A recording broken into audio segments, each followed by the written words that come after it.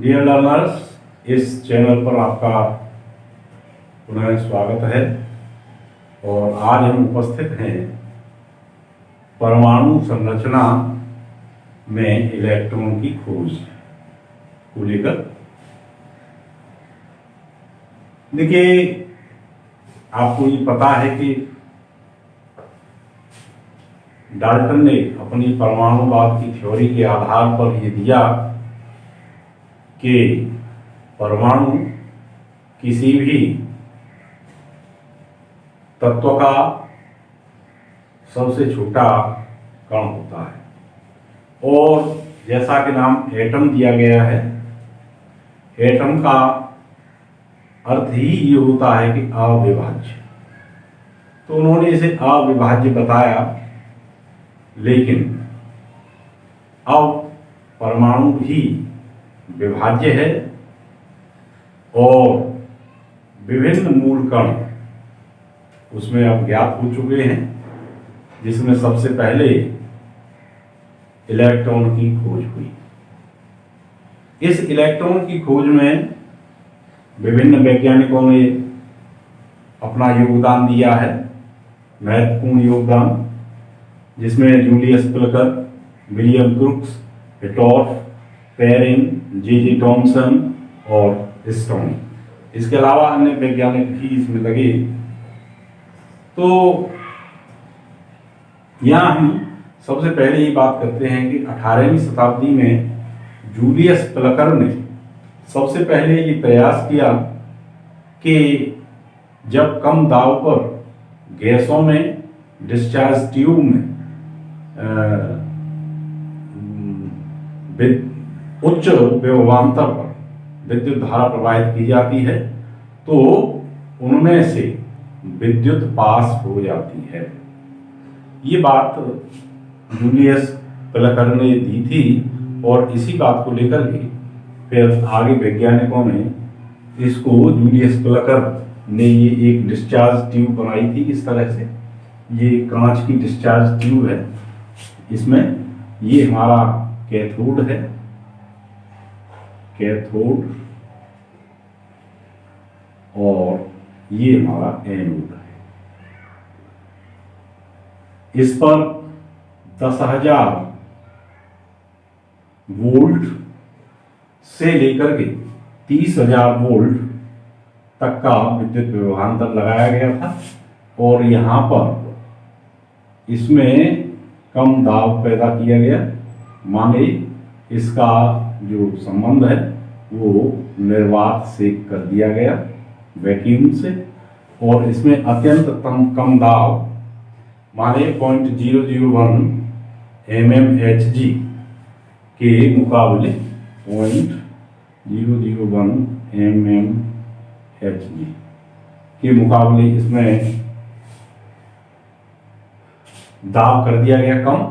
और तब इसमें जो विद्युत धारा प्रवाहित की गई इतने विभवांतर पर, तो ये पाया गया कि कैथोड से कुछ अदृश्य किरणें एनोड की तरफ चलती हैं। कैथोड से कुछ अदृश्य किरणें एनोड की तरफ चलती हैं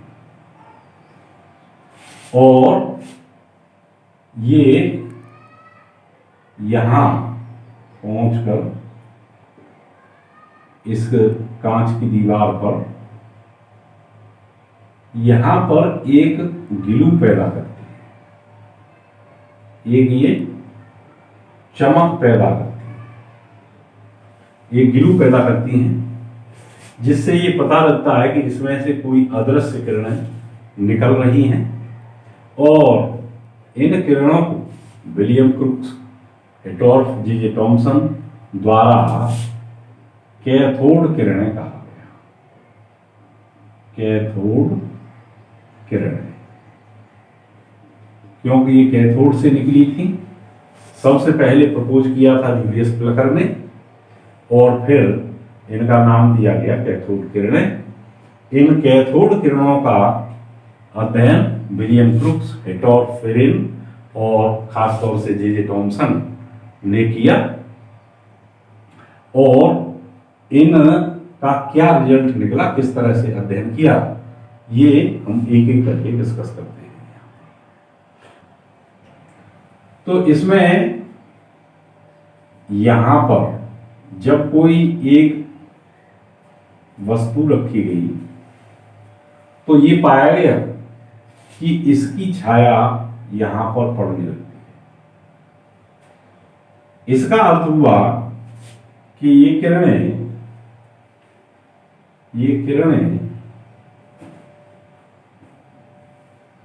सीधी रेखा में चलती है।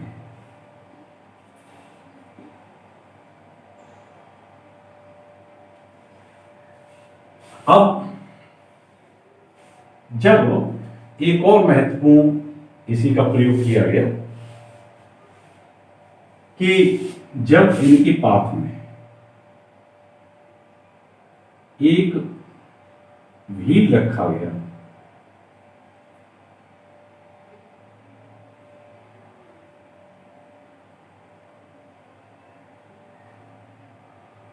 यहां एक चक्र रखा गया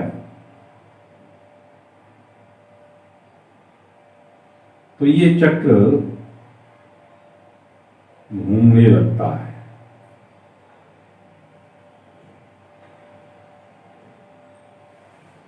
ये चक्र घूमने लगता है।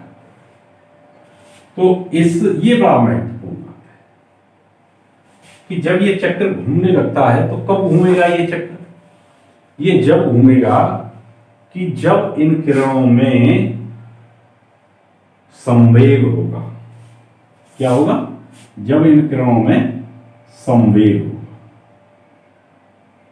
बिना संवेग के ये नहीं घूम सकता। देखिए, केवल वेग से चक्र नहीं घूमेगा और केवल द्रव्यमान से चक्र नहीं घूमेगा। संवेग बराबर होता है द्रव्यमान इंटू वेग। अब द्रव्यमान इंटू वेग, इसका मतलब कि इन किरणों में वेग तो है ही, साथ में द्रव्यमान भी है।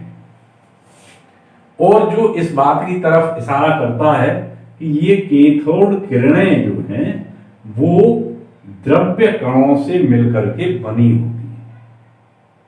तो हम किस निष्कर्ष पर पहुंचे कि जब कैथोड किरणों के रास्ते में एक चक्र रखा गया जो घूमने लगा।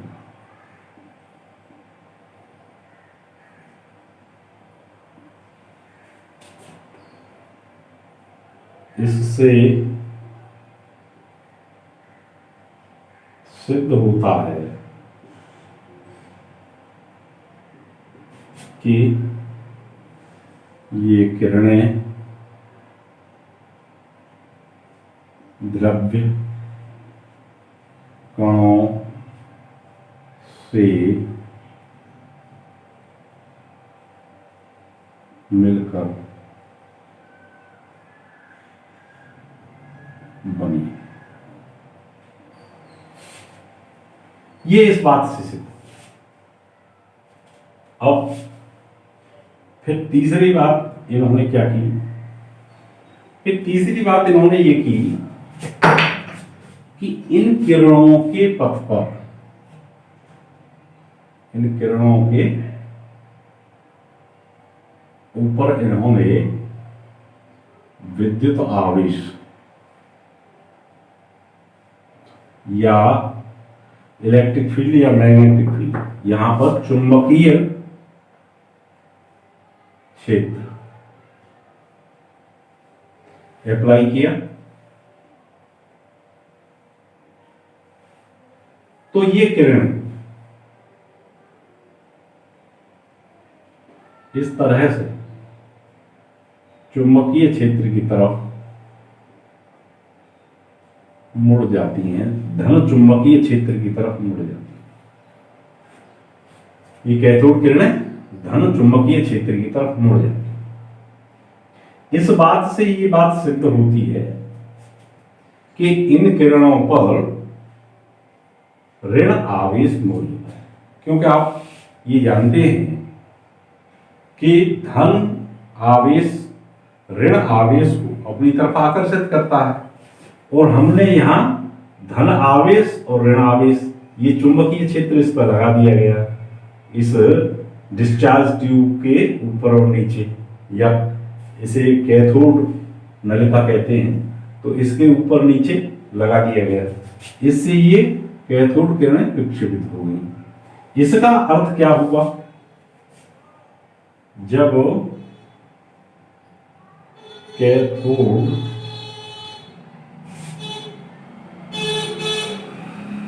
किरणें धन आवेशित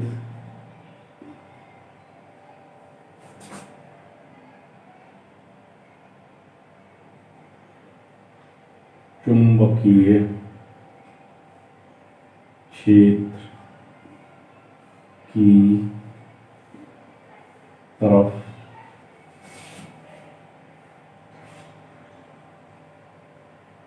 मुड़ जाती है,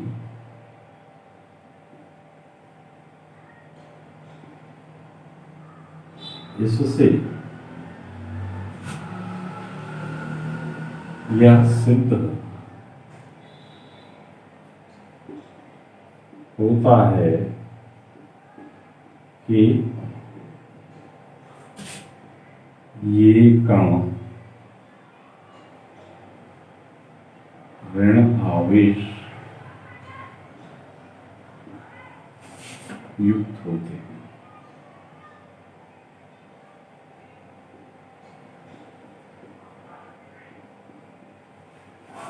इस बात से ये सिद्ध होता है कि ये कण ऋण आवेश युक्त होते हैं। ये दो तीन बातें बड़ी महत्वपूर्ण हैं। देखिए, फिर मैं एक बार आपको ये बता दूं, जैसे मान लीजिए कोई एक रुई का टुकड़ा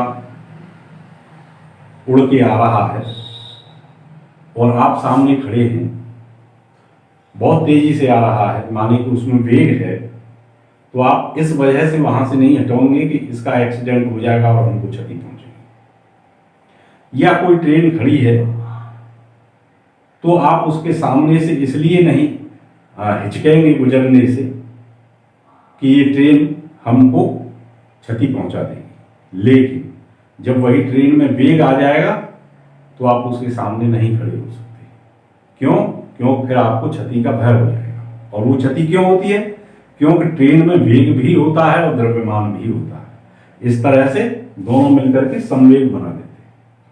तो यहां ये बात महत्वपूर्ण है कि जब तक इनमें संवेग नहीं होगा तब तक ये उस व्हील को, जो हल्का चक्कर रखा है, उसको नहीं घुमा सकता। तो इसका मतलब ये कैथोड किरणें किन्हीं छोटे छोटे कणों से मिलकर के बनी होती है। दूसरा, ये धनावेशित प्लेट की तरफ मुड़ गई, तो इसका मतलब है कि ये ऋण आवेश युक्त कण है। ठीक है, सीधी रेखा में चलते हैं, तो जिससे यहां पर एक चमक पैदा होती है, और इस चमक से ये सिद्ध होता है कि इस कैथोड से कोई किरणें निकलती हैं, और जब ये किरणें निकलती हैं तो इस एनोड की तरफ तेजी से बढ़ती हैं, जो जाकर के यहाँ पर इस कैथोड ट्यूब पर प्रक्षेपित होती हैं और यहाँ पर चमक पैदा हो जाती है। इसके अलावा भी कुछ और गुणों का अध्ययन किया गया। वो अध्ययन ये हुआ, या कहें कि कैथोड किरणों का जो गुण है वो इस प्रकार, तीन गुण तो ये जो मुख्य हैं जिससे ये सिद्ध होता है कि ये द्रव्य कण है। इसके अलावा ये किरणें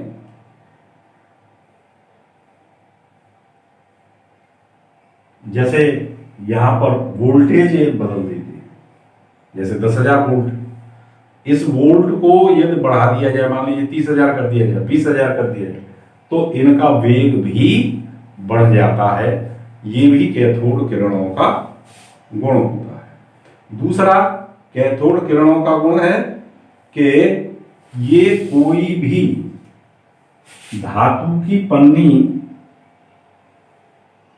से पर डाली जाए तो उनको ये वेध देती है, उनके आर पार चली जाती है। एक थिन फॉइल रख देते हैं और थिन फॉइल चाहे वो एल्युमिनियम की हो या कोई सोने की हो तो उसको ये पार कर देती है।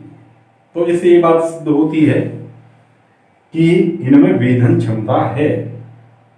दूसरा, ये गैसों को आयनित करती हैं और फोटो इलेक्ट्रिक प्लेट को, ये गैसों को आयनित करती है। यदि इनको गैसों में पास कर दिया जाए तो ये उनको आयनित कर देती है और फोटो इलेक्ट्रिक प्लेट को भी ये प्रभावित करती है। ये भी इन कैथोड किरणों का गुण है। यदि ये किसी उच्च गलनांक वाली धातु पर प्रक्षेपित होती हैं, यदि ये किसी उच्च गलनांक वाली धातु पर प्रक्षेपित होती हैं तो एक्स किरणों का निर्माण, एक्सरे आप समझते हैं, तो एक्स किरणों का निर्माण करती है। दूसरी बात यह है कि ये पतली पन्नी पर, जैसे मैंने अभी बताया कि एक पतली पन्नी या थिन फॉइल ले लेते हैं, उस पर ये गिरती हैं तो उसको वेग देती है, लेकिन इसके साथ उसको ये गर्म भी कर देती है। माने कि जो इनकी काइनेटिक एनर्जी है वो इनकी ऊष्मा में परिवर्तित हो जाती है। तो ये हमारा इन कैथोड किरणों के गुण थे। अब प्रश्न आता है कि ये कैथोड किरणें वास्तव में किरणें नहीं हैं, बल्कि ये ऋण आवेश युक्त कण है। अब किस तरह से ये बात मानी जाए कि ये सभी के मूल कण होते हैं? देखिए, कुछ और एविडेंस ऐसी हैं। पहली बात तो ये है कि ये कैसे माना जाए कि इसके ये मूल कण हैं। देखिए, जे थॉमसन ने इसका इलेक्ट्रॉनों का विशिष्ट आवेश माने E/m निकाला, जो सबसे अधिक था। इसका E/m मान सबसे अधिक था, इससे ज्यादा अधिक E/m मान किसी का नहीं आता है। आगे हम बताएंगे कि किस तरह से जे थॉमसन ने E/m मान कैलकुलेट किया। तो E/m मान कैलकुलेट किया जो सबसे ज्यादा 1.-1.759 गुणा 10 की पावर 11 कूलाम प्रति किलोग्राम पाया गया, जो सबसे अधिक है।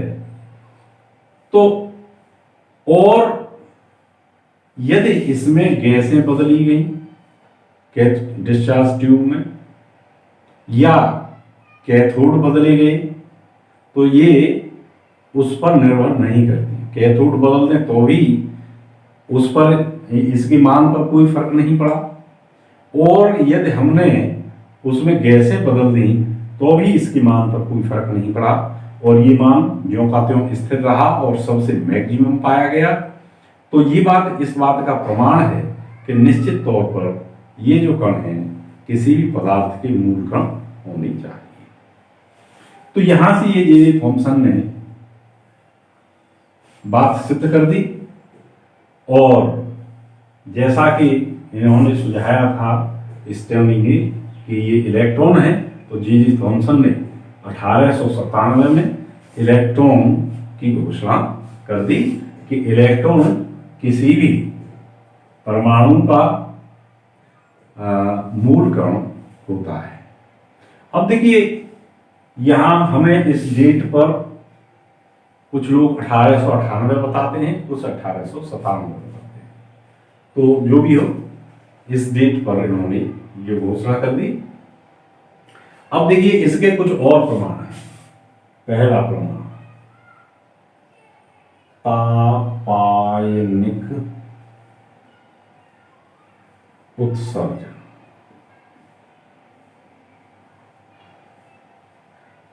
जब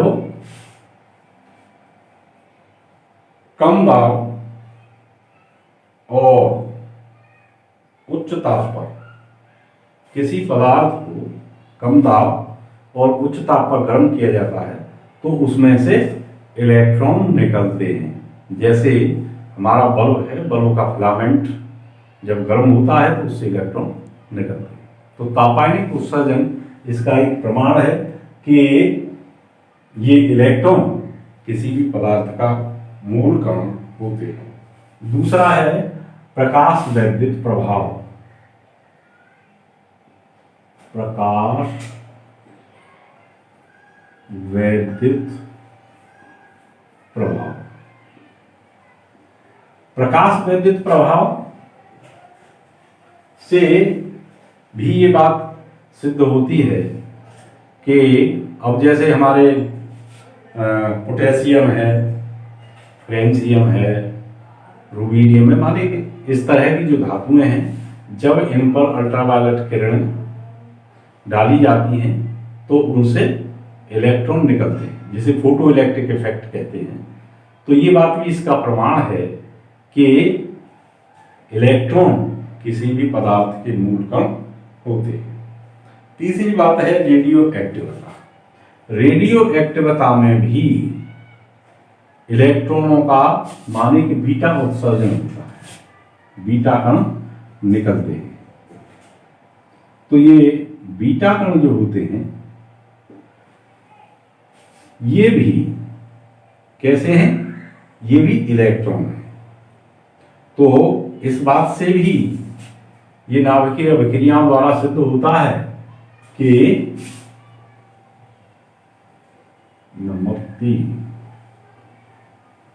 नाभिकीय अभिक्रिया में या रेडियो एक्टिविटी में, रेडियो एक्टिविटी भी इसका एक प्रमाण है जिसमें बीटा कणों का उत्सर्जन होता है या इलेक्ट्रॉनों का उत्सर्जन होता है। इसके अलावा एक और प्रमाण है आयनन।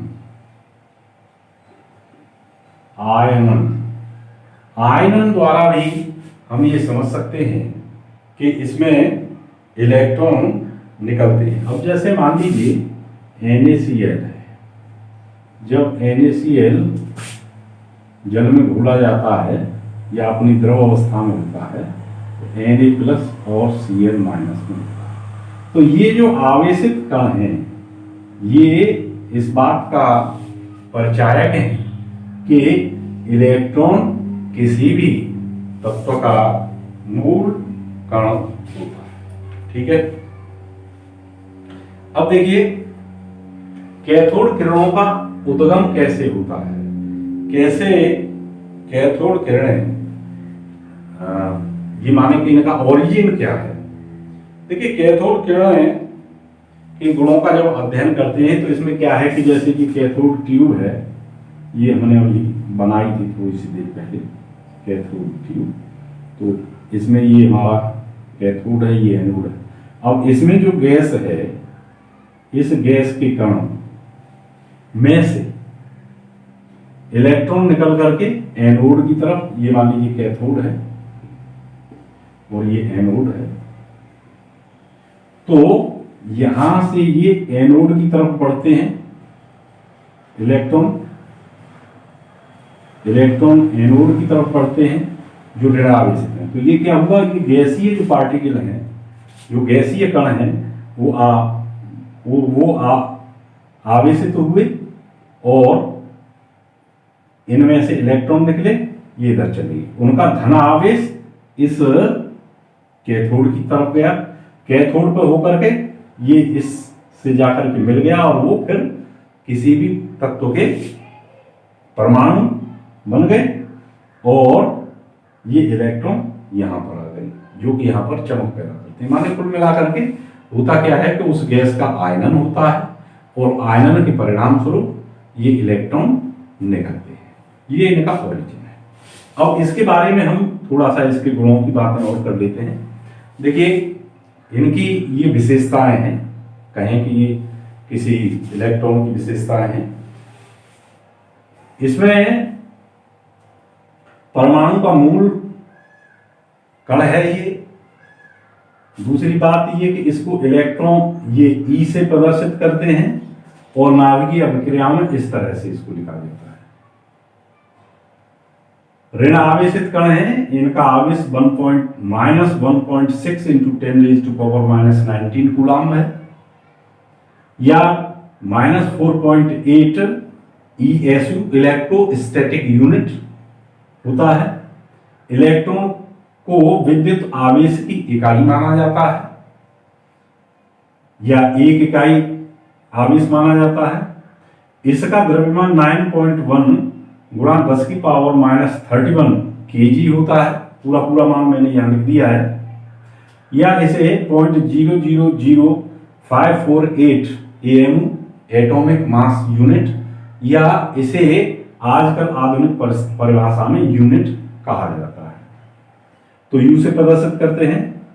इसका विशिष्ट आवेश, ये इसका आवेश है इलेक्ट्रॉन का, ये इसका द्रव्यमान है। जब इसका इसमें भाग देते हैं तो इस तरह से ये कूलम प्रति किलोग्राम निकल आता है। देखिए 1.6 इंटू 10⁻⁻19 कूलम जो आवेश है, ये मुल्कन के ऑयल ड्रॉप एक्सपेरिमेंट के द्वारा निर्धारित किया गया है। और इस तरह से जब E/m में हम इसका भाग देते हैं तो हमें उसका द्रव्यमान प्राप्त हो जाता है। तो ये हम कभी आगे चर्चा करेंगे कि ये जे थॉमसन द्वारा E/m का प्रयोग कैसे हुआ, या मुल्कन ने ऑयल ड्रॉप एक्सपेरिमेंट कैसे किया, या हमारा तापायनिक उत्सर्जन कैसे होता है, या फिर फोटो इलेक्ट्रिक इफेक्ट क्या होता है। ये सभी चीजें हम अलग अलग वीडियो में आपके सामने प्रस्तुत करेंगे आगे कभी। लेकिन फिलहाल आप समझ लीजिए कि ये इसका होता है। इसके अलावा कुछ और बातें भी हैं, उन बातों को आप नोट कर सकते हैं कि इसका जो रेडियस है वो 10⁻18 मीटर की कोटि का होता है। इसका जो रेडियस है वो 10⁻18 मीटर की रेडियस का होता है। यद्यपि कि इसमें और भी बातें हैं कि किस आधार पर कितना होता है, लेकिन मैंने केवल कोटि बताई है कि 10⁻⁻18 मीटर का होता है।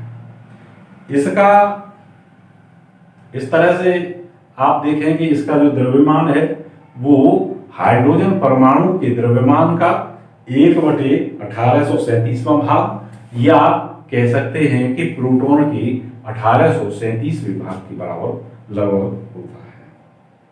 इसके अलावा इसका माध्य जीवन समय, इसका जो माध्य जीवन समय है या लाइफ टाइम है, वो लाइफ टाइम इसका है 6.6 गुणा 10⁻28 वर्ष।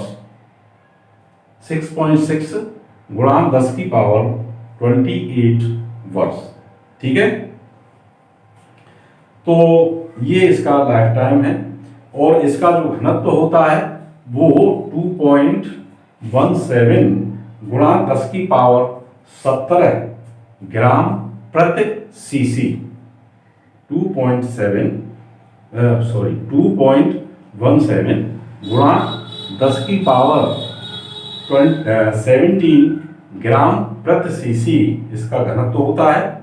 1 मोल इलेक्ट्रॉन का जो द्रव्यमान है वो लगभग 0.55 मिलीग्राम होता है, और 1 मोल इलेक्ट्रॉन का जो आवेश है वो 1 फैराडे या कहें कि 96,500 कूलम के लगभग बराबर होता है।